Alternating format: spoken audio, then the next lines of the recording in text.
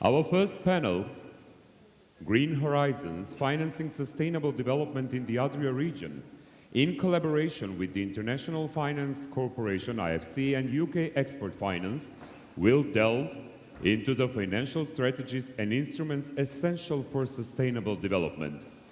The panel will be moderated by Professor Goran Pitić. We are having the privilege today of having esteemed professionals in the field of sustainable finance. I'm really privileged to have you today and to have this opportunity to address a few issues with you.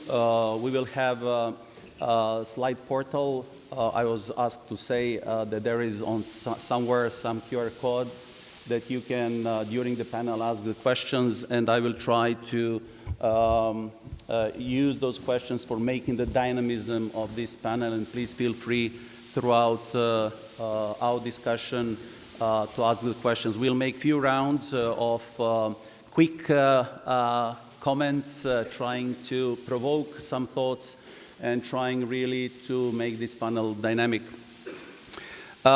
We have heard government officials, the governor of the Central Bank of Montenegro. These are the topics for us as well, of course. I do hope that by the end of the panel, we're gonna have a clear, maybe, position how to address the environmental and social challenges in the region whilst promoting growth and resilience. Like we were talking yesterday, a few of us, we really do see that this is one of those unique opportunities. Unfortunately, the region and some countries in the region used to have several times unique opportunities, but sometimes we missed.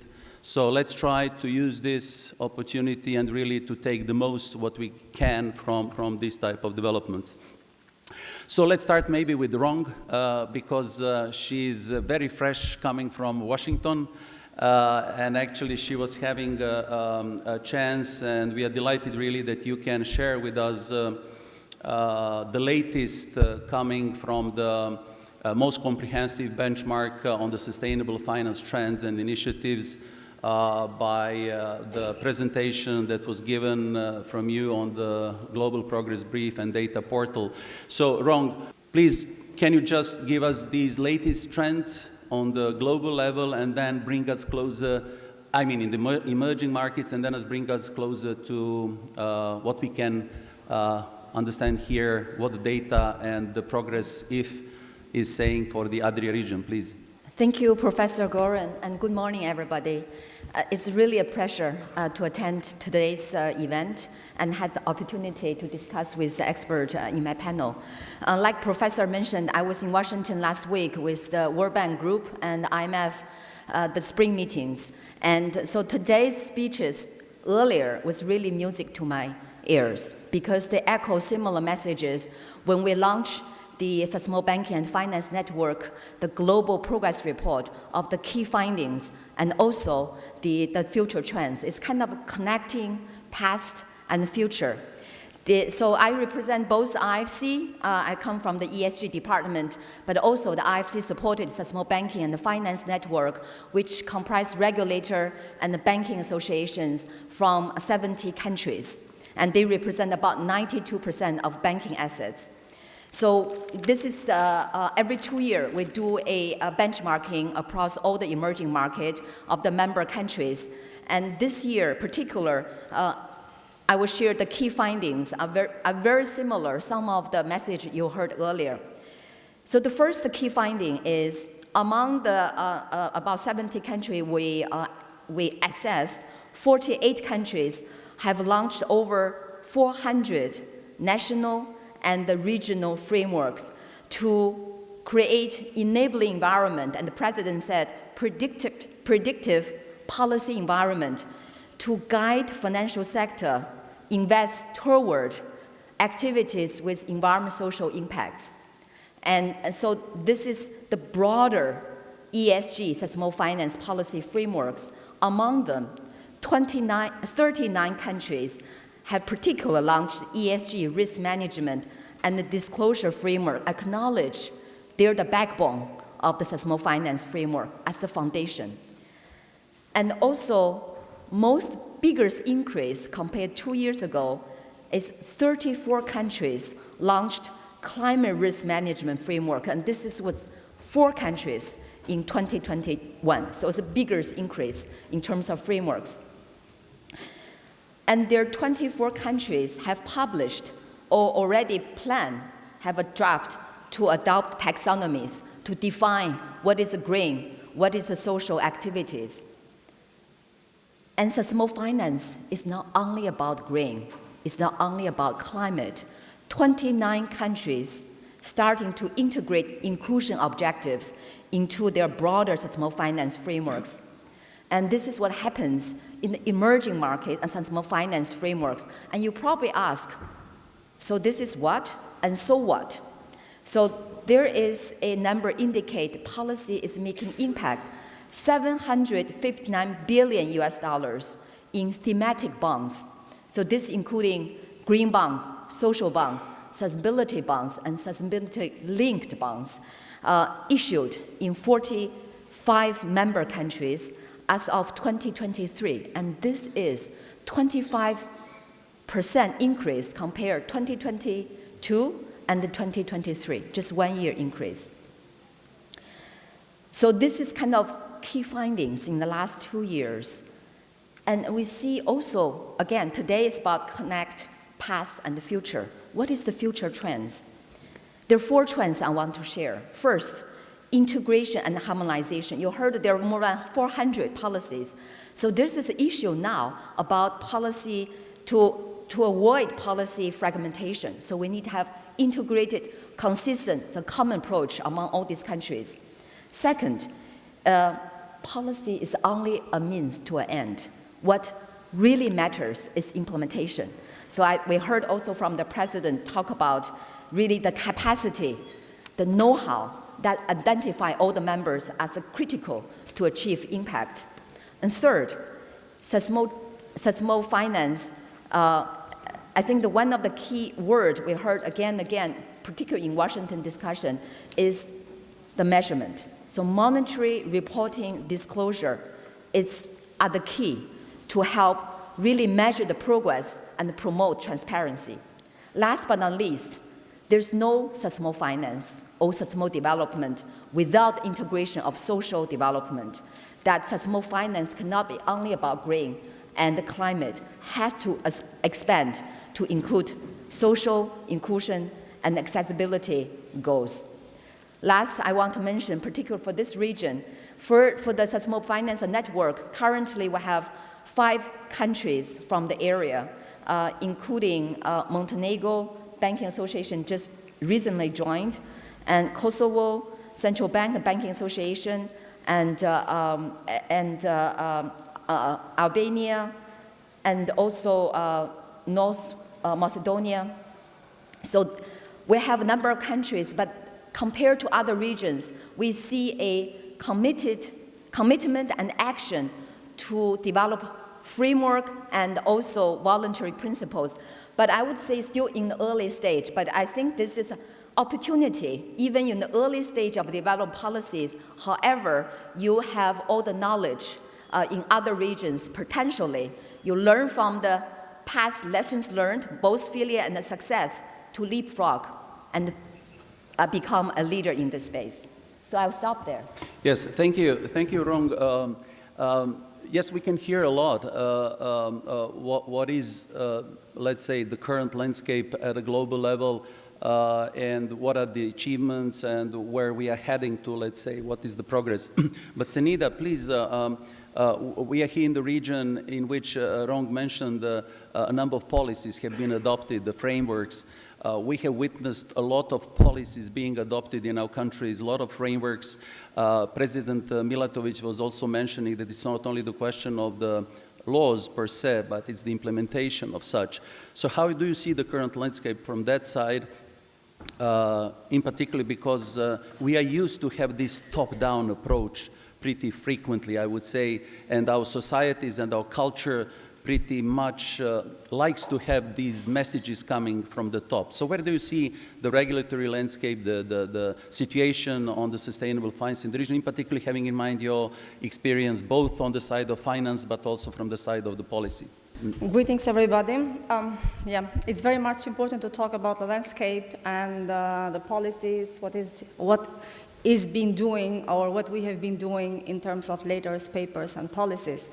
But as in my opening speech, I would like just for the audience and for the panel here, just to give some numbers. Numbers never cheat, and it's easy, let's say, to remember why we are talking about sustainable finance.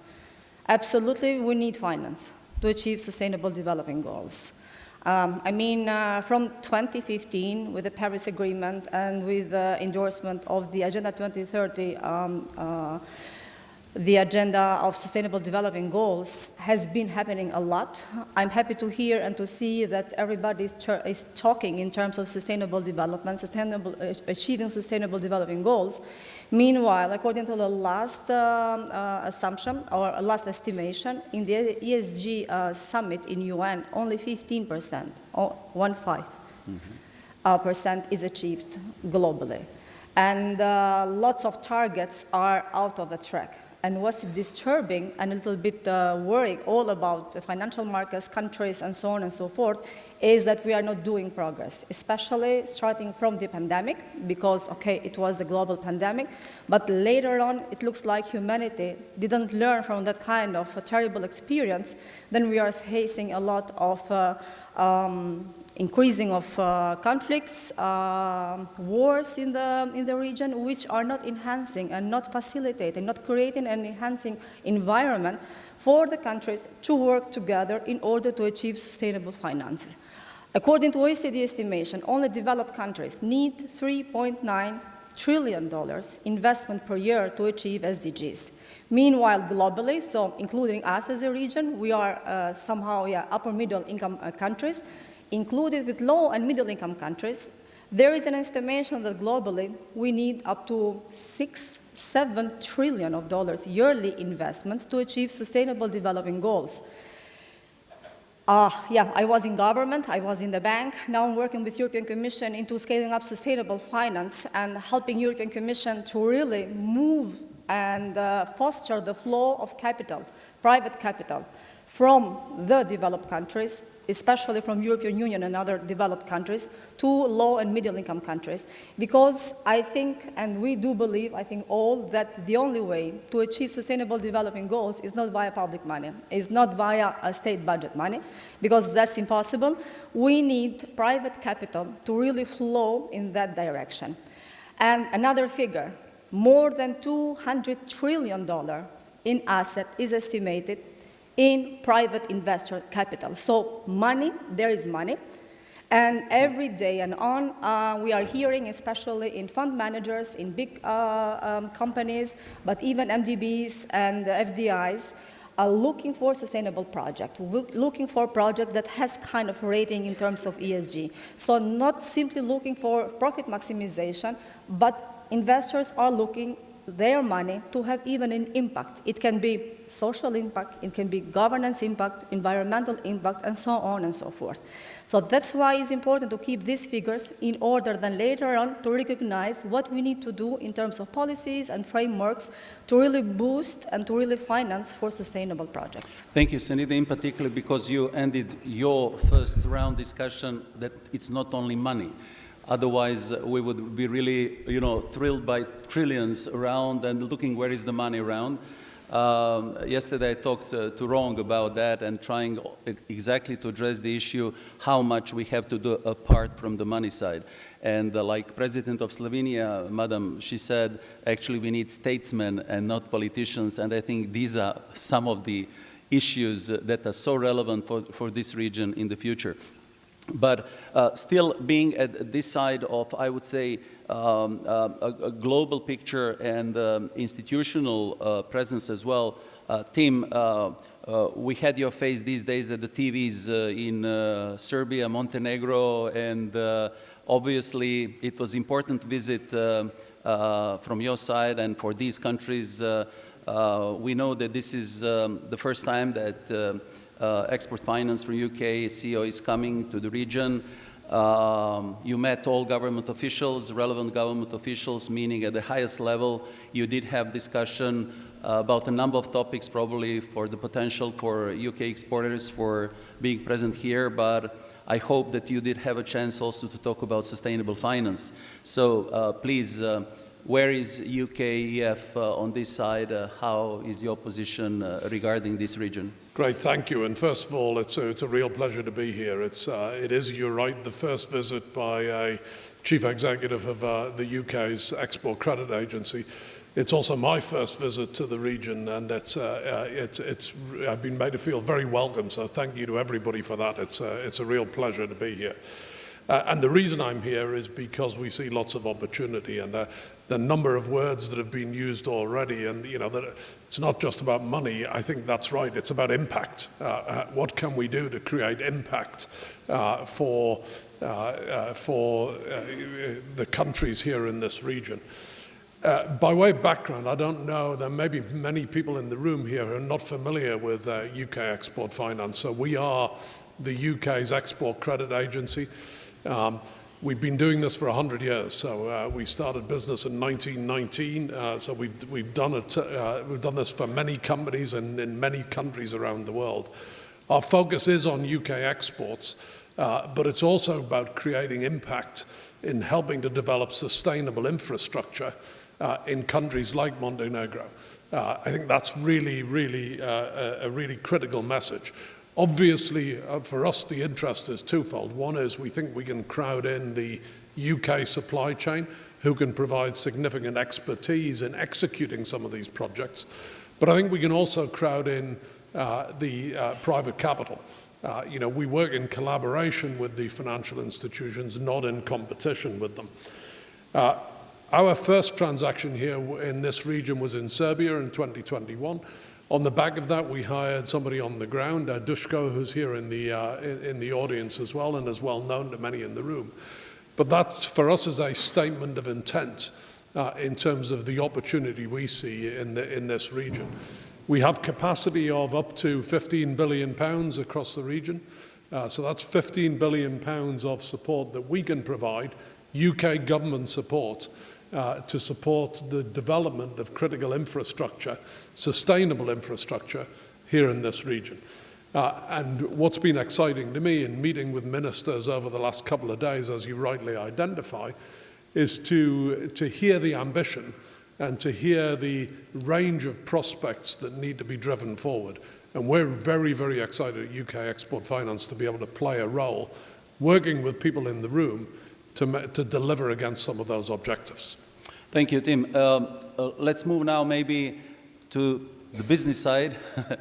We have here Gergely, who is running exactly the programs in OTP Bank as the bank that is covering the whole region and being extremely interested in the region and having the activities all around.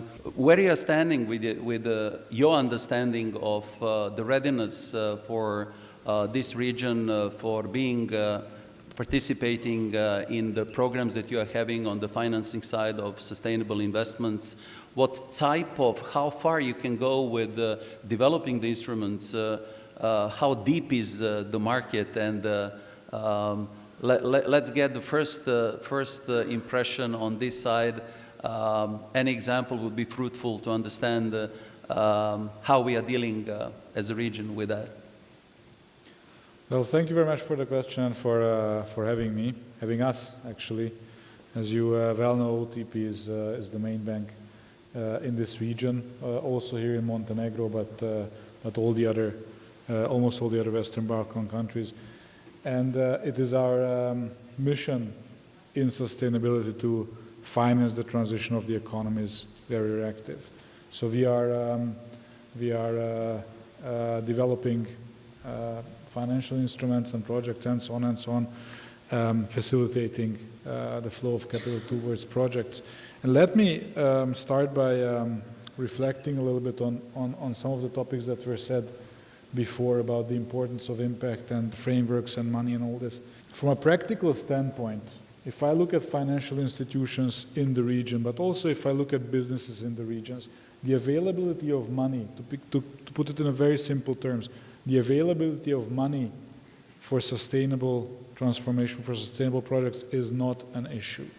It may be an issue on an individual basis, but overall, there is so much capital seeking its way towards projects. We see the problem that there's much less projects, viable projects with actual, actual impact, actual value in terms of environmental sustainability that can be financed. If there's a project, there is extreme competition for it.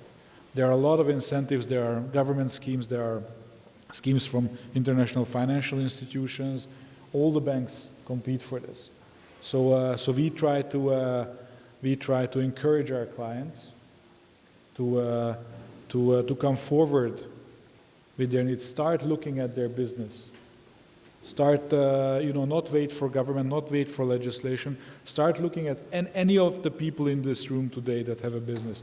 Think about, what the changing environment, the changing climate will mean to your business. What are the risks that you face?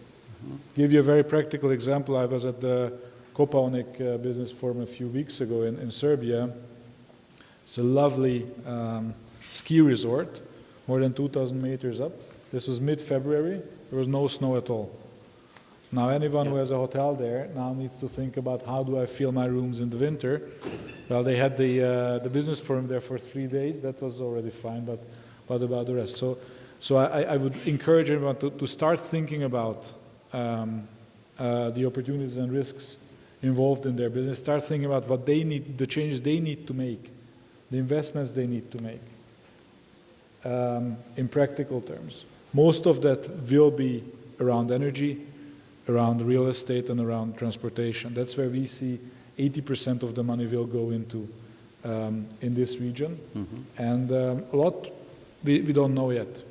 But I give to you the thought that there's hardly any business active now in Montenegro, in Serbia, in Croatia, wherever, that does not have practical applications to make their business more sustainable. And if they find those, or if they're not able to find these, come find a local partner like OTP Bank, but there are several others. Think about it together. Money will be available for this.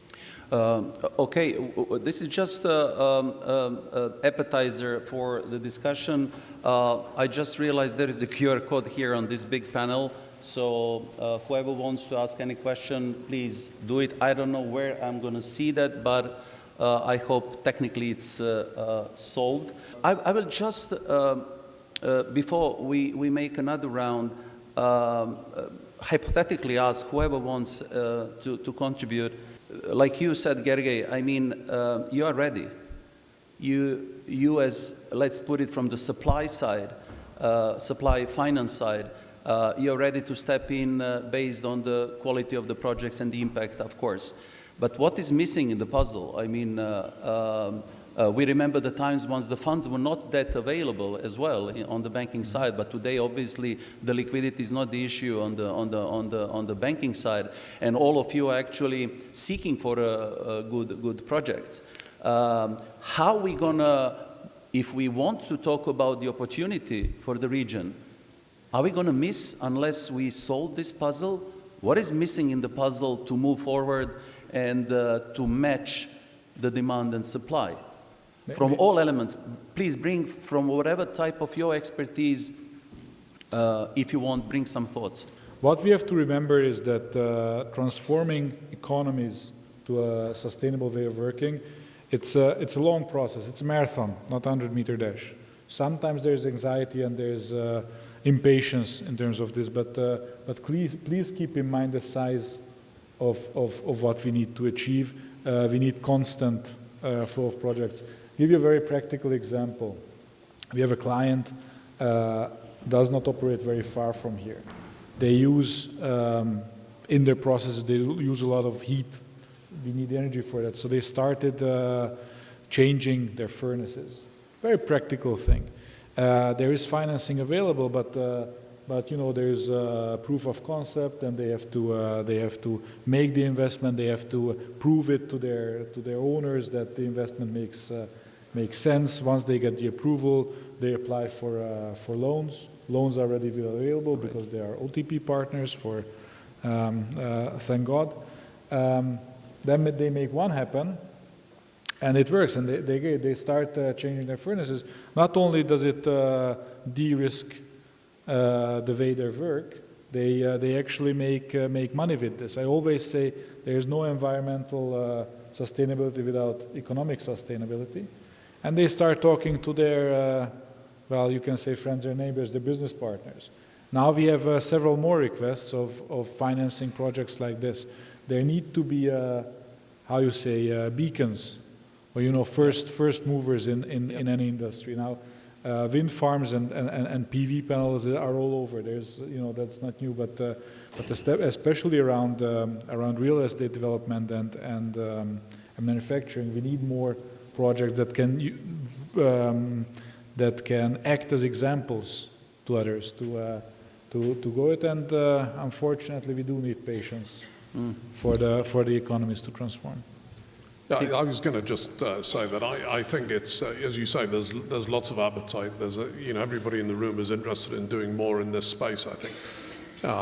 For me, it's about prioritization and collaboration, because I think what it takes is governments and the private sector to come together, to work together to meet the requirements, but with a clear sense of priority and which projects make most sense most quickly, because projects can be complicated to get done. So it's a question of figuring out what's the most important and moving forward as fast as possible.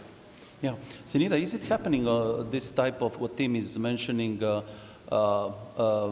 cooperation between the government and the private sector, in a sense that the government is listening to address these issues in stimulating sustainable development from the side of the policies and frameworks that are maybe helping the private sector to enter into this adventure and, as Gergely said, to have few beacons that may widen the highway for a number of different types of projects. Do you see that?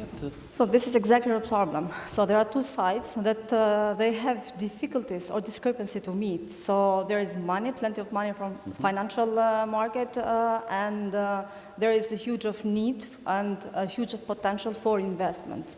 In our region, for example, I'm not taking examples out of our region. We don't have capital markets, for example. So the crucial is very much a necessity, and the role of financial institutions and banks is very crucial in our region. I do not believe that the banks are already everyone ready for this kind of approach. First, government, together with central bank and other, let's say, policy makers, need to come together to create exactly a framework, a policy.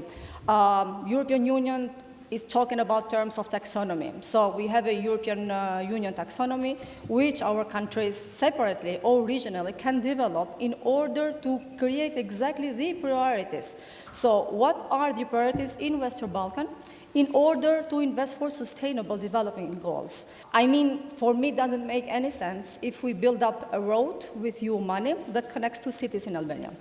Or two cities in Montenegro. For me, what's important is that all Western Balkans sit together and create these infrastructure projects, for example, to connect two cities in two different countries. Or the railway system, why we need to come or arrive here by plane or by car, which indeed we can use a very well detailed and established project, and then we can use the train. It's less costly, but at least according to all the statistics, it emits less and less CO2. If we want to commit to climate neutrality by 2050, then these are projects that we need to build up together, so to facilitate even the works of the banks or other financial institutions to finance. Meanwhile, what about the taxonomies? We need to build up taxonomies or procedures or policies that speak to each other. So somehow to create a higher interoperability with each other so they can read and translate each other. So if an investor is living in London or it's, in Luxembourg and want to invest in our region, at least he knows that our taxonomies, our bylaws, procedures, and so on and so forth mitigate their risk and are in line with European Union, for example.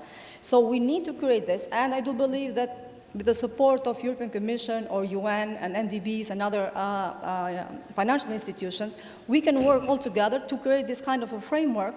Again, I'm emphasizing, not locally. Yeah, the famous word, think globally and act locally, for me it would make sense, think regionally, because environment, river, sea, we divide all of this, doesn't have any real borders. They are borderless, so in terms of the region, we need to think this kind of a framework. And yes, this is the role of policymaker, this is the role of government in the region to sit together and to create this kind of enabling environment. So for the financial institution to say, okay, you have the priorities, you define your priorities, then we are entering here. Somebody want to invest in energy, for example, let it be. But not in energy, again, in one country. Albania, for example, is the front runner of producing the energy, 99% of energy, pure energy, water energy. And we have a lot of resources to use sun and wind to produce energy. In this sense, I'm saying, let's use our competitive advantages and let's make Albania an exporter of energy, for example, in Serbia and in Kosovo. And these two countries are typically producing their energy from coal, which is against completely any EU directive. Vice versa, what I'm seeing in Serbia, for example, they are much more industrialized than the other countries, so we can use their competitive advantage to be spread in the region. Montenegro, whom else better in the region to talk about sustainable tourism, for example. In Kosovo, I mean, they're building up kind of a very good ICT, innovative startups, VC system, so why not we invest there, so each of one has its own competitive advantages. North Macedonia, for example, they have been front runners in attracting foreign direct investments through their politics, through their PR, through the way how they are easing and creating a climate, a very good climate for the businesses, foreign direct investments in their countries. So I'm saying why we need to reinvent the wheel. Meanwhile, each of our countries has its own competitive advantage, and let's use this advantage for this regional taxonomy in order to attract as many as capital as we need in order to achieve not simply the Paris Agenda, the UN Sustainable Development Goal, or climate neutrality by 2050, but what's important, we can create jobs. New jobs, new skills, green jobs.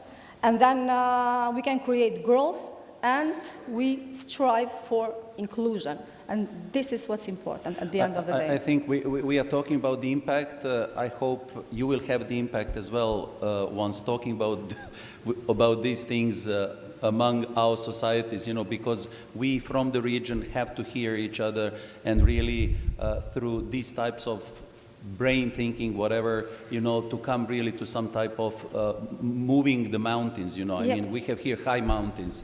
The problem is even the politicians sometimes and the climate that creates. Everyone in the region, I was a politician, I was a banker, and now, I'm something else. So it doesn't matter. Always the politician has the pressure of the next election, and that we need to accept. So always there is a pressure that what to do in 1 to 2 years and once in 4 years. And the discrepancy is huge because these projects that we are talking here are long-term projects. It cannot happen in 2 years or in 4 years in a term. Right. And this is, and I agree with Madam President of Slovenia, that a time that you need to go and to be beyond the politician to think that, yes, let's create this, even if this project is not finished in my term as a politician, it will be finished maybe in 10 years, but it's me who started it, or it's this political party that started this. So always you can claim and you can make PR of your political party. But what's important is even the politician in the region. I was happy to hear a president of Montenegro that they launched the SDG Acceleration Fund. I was promoting in 2018 as chairwoman of the SDG committee in Albania, together with the UN resident coordinator, the first SDG Accelerator Fund. And what was there, the niche, it was matching fund. So how much money or millions of euro Albanian government was putting in one of the SDG targets, the same amount the international donors in Albania were investing. Some of them unearmarked money, some earmarked money, but that's okay. So if we committed 2 million per year, then each of the international donors said, yes, I'm putting additional 2 million euro in this or in that objective, or leave it open, you as a government decide where you had the discrepancy. In my lifetime, I see a lot of strategies. In my lifetime, I see good laws. We have good laws. Yep. Especially now with Aki, we have good laws. But the problem is the action plan, first, and second, which is terrible, the action plans and the strategy are not accompanied by budget. So here we have the problem of money. Yes, money is there, but if I don't budget an activity, then I don't know even what to ask, even for money from, I don't know, banks, or other developing partners to say, hey, I have this framework, I have money for this and this and that, but I don't have money for this and that. So can you please help me in this direction as well? You should be back in politics. We need that energy, you know, to move these things in politics. We cannot live without politicians. They are making the framework, but here, let's move back to business again. But very many thanks for raising these issues that are really, really relevant. Rong, I guess you would like to bring back the role of IFC or maybe commenting on the previous. Not only that, I heard a great idea emerging, and I fully support Senida about the regional taxonomy. Actually today, this afternoon, SBFN will launching the taxonomy toolkits to help with the integration, and this keyword I think was invented in the last couple of years, interoperability. Currently, globally, there are 47 taxonomies. That was kind of a zero to hero moment. Earlier we complained, there's no taxonomy, suddenly, whoa, there's a fragmentation. And there's some kind of consensus. We're very difficult to have a global taxonomy. But the hope is regional taxonomy. Mm-hmm. Right now, they're on EU taxonomy. There's ASEAN taxonomy with 10 countries. There's Latin America, they're working on taxonomy. If this region has a taxonomy. China has a taxonomy, really good. Yeah, it's country level. I talk about the regional. So your idea, and will be put this region on the leadership, on the regional taxonomy. So if this is one of the outcome of, emerging idea, it's fantastic. And like I mentioned, the problem now is not lack of taxonomy. It's like the integrated, harmonized approach of taxonomy. So there's facilitate cross-border investment for UK export, for IFC. So we know those taxonomy, when we go to the country to invest, they are very much aligned. Yep. So great idea is emerging. I just want to mention that. I will not finish the panel with that because it's a good idea. Somebody's noting down, I hope. Still moving on, maybe a few questions more here, unless there will be some questions from the audience. Please feel free even to raise the hand since I don't see anything here on this screen. Still on business, but still maybe having this opportunity to have the presence of CEO of UKF team. It's not only the exports that you are talking about, and trying to find out the way how to cooperate. Where is UKF standing on the side of the finance side, of the liquidity side, improving for the partners on the diversity or diversifying sources of financing? So maybe it's a good opportunity. There are people here that would love to understand how you may enter into this story in these areas. Great, thank you. And so you're absolutely right. I think one of our roles is to crowd in private sector finance. So typically what we do is we provide a UK government guarantee which changes the risk profile for the underlying lenders and enables them to either take on risks they might not otherwise take on or to expand the amount of capacity that they're able to allocate to a project because we're changing the risk profile for them. So I think very much part of our role is to crowd in to crowd in that private sector capability. Of course, we're very focused on the UK exports, but in reality, we're interested in projects here which will have an impact that have a relatively low level of UK content, so a minimum of 20%, and that can be goods or services as well, or intangibles. And I think with that, we can be flexible in creating financing approaches for projects here in the region. We like to pride ourselves on being client-centric, on having a bespoke approach to come up with a structure that makes sense. I think the other thing that I also want to say is that this isn't just about what we do, but it's how we do it. And we're very interested in the how here. So we will be thorough in due diligence to make sure that we're doing projects that we're proud of today, but that we can all be proud of when we look back, in 10 years' time. So making sure we do projects in the right way and measure them, monitor them in the right way is really, really important too.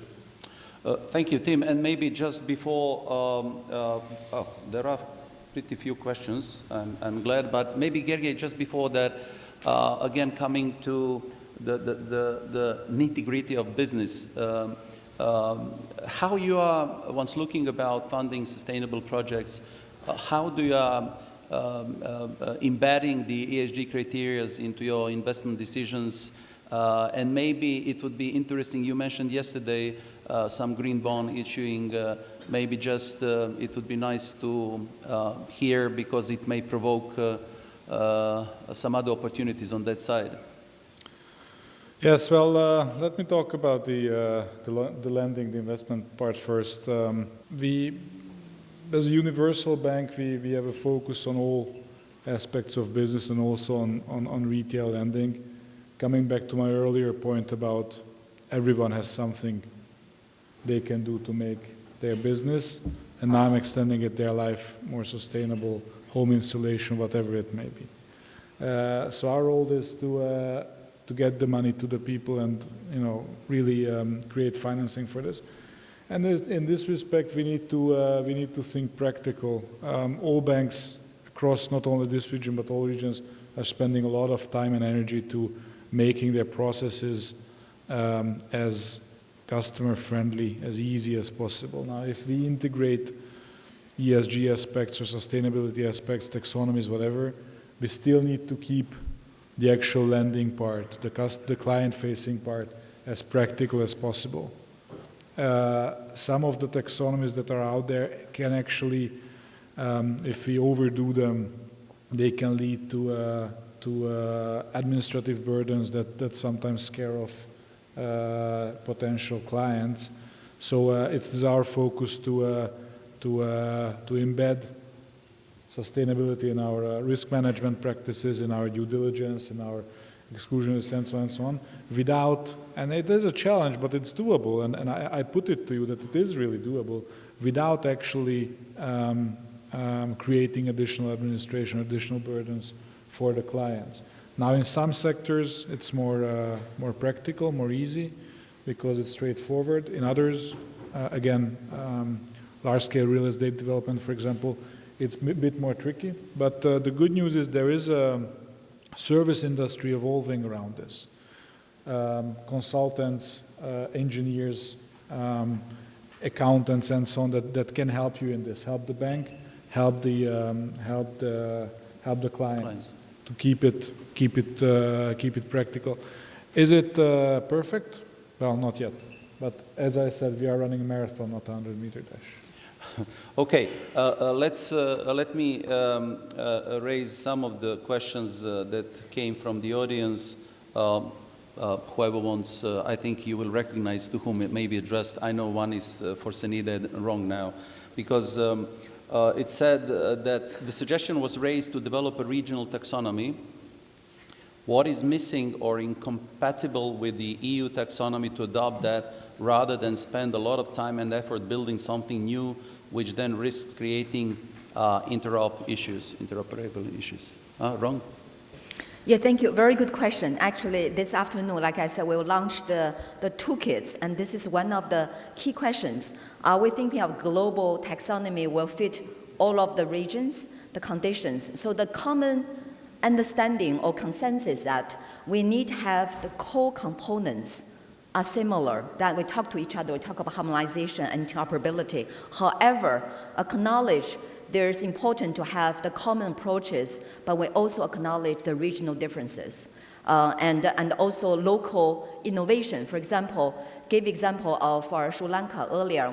We helped them develop the local taxonomy, very much aligned with EU taxonomy, but in the meantime, Senida mentioned that China, they compare China taxonomy with the EU, they developed a common approach. So we say 80% aligned.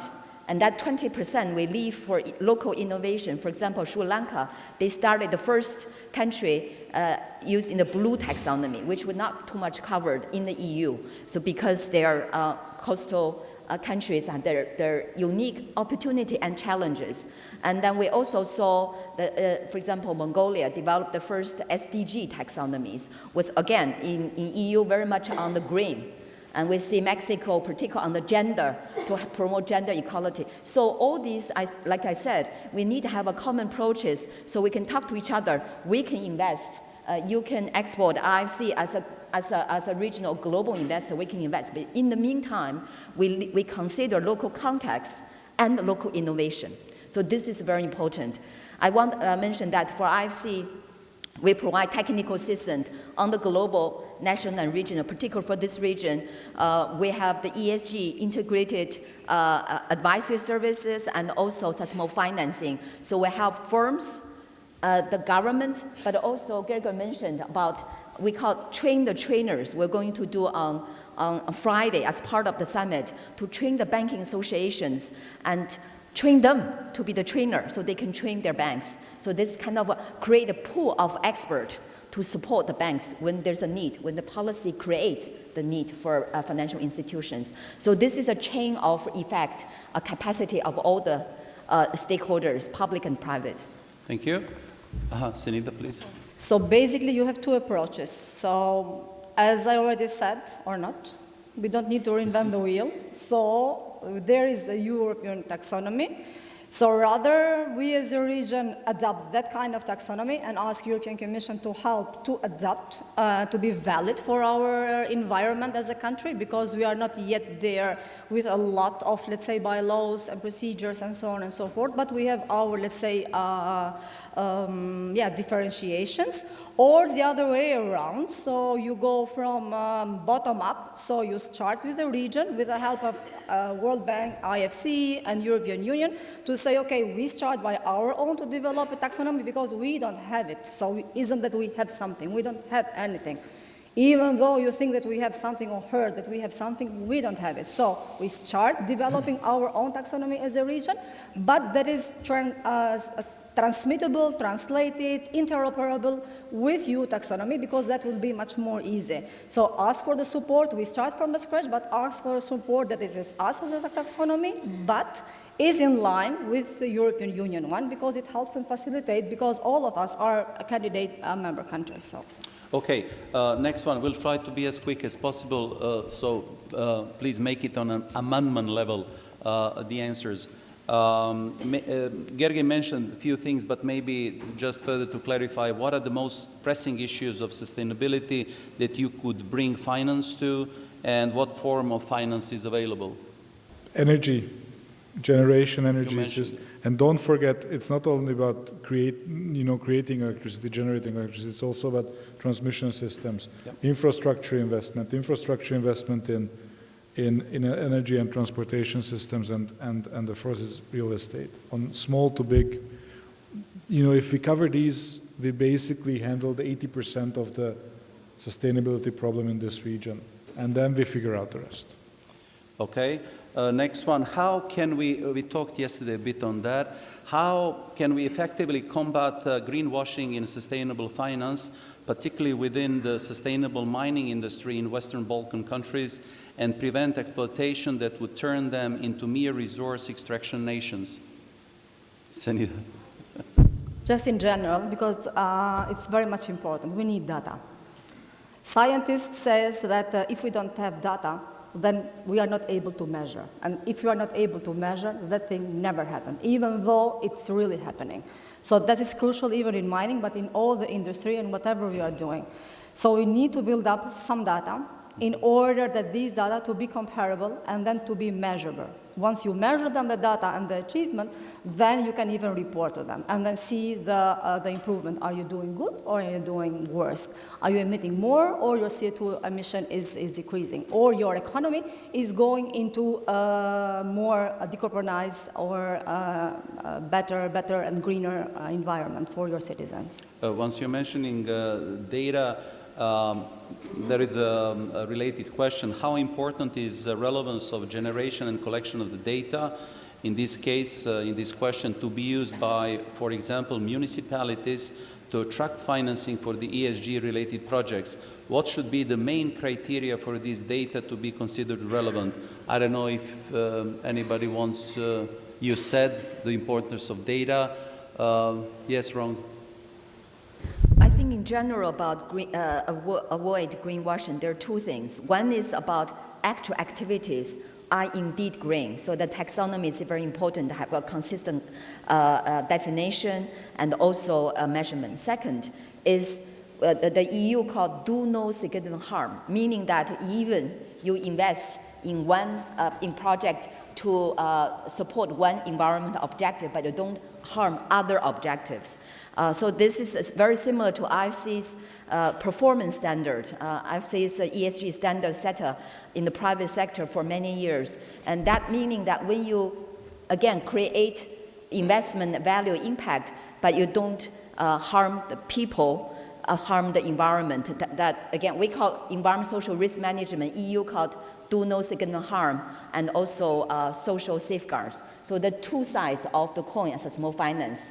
A real green project and environmental social management do no significant harm. Yeah, and let me take the last one because I'm sure that it has been actually a long morning, so I'm sure that a coffee would be good. So I'll just put one pretty general one, but actually also pretty concrete. How about funding SMEs to catalyze the transition? What are you going to look at them? I think these are different angles, both business-wise and institutional.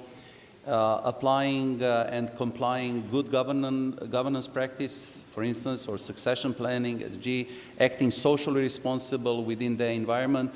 Again, we were talking yesterday, and ESG, still, I think, in the region, we are talking mostly on green and environment, sometimes forgetting the other components of these. I would love to see financing of social practices. That is probably something hopefully to see in some future ahead of us, but still I think the focus. So any final comments on maybe this idea that can be like a bridging the future?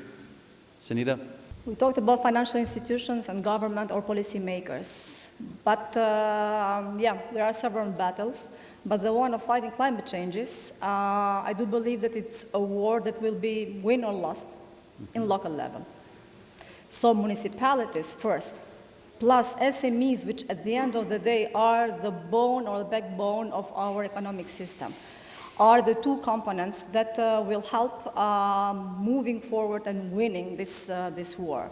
That's why I mentioned before that the banking system is very much important, because as we don't have capital markets, so our companies, doesn't matter how big they are, they cannot go there and ask for capital. They will go to the bank to ask for necessities, financials.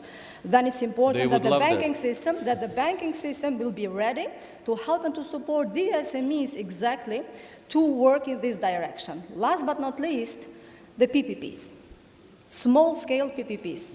So private-public partnerships, so municipalities or regions that are working together with SMEs in order to do environmental, social, and good governance project. If the municipalities can do now, but the business is ready, because they are entrepreneurs, so yes, they take even the risk, and the bank tries to give money, but to mitigate the risk. So I see this as an ecosystem which is enabling exactly the kind of sustainable project investments that we need to do. Well, I think it's maybe time really to stop here. I would like, to, of course, to thank our panelists. Thank you for the questions from the audience. There are a lot of things still ahead of us. Yes, I think let's converge with the tone of the previous sessions in which there was a hope. So yes, there is a hope. Hopefully, that all of you, we will see you much more often in boosting this type of ideas. And like Federica Mogherini said at the end, I think we have to open the issue of people and education, and something that can boost the understanding of those topics and really bring us closer to the major trends that can help us for the future. So thank you all of, with this we will finish the panel.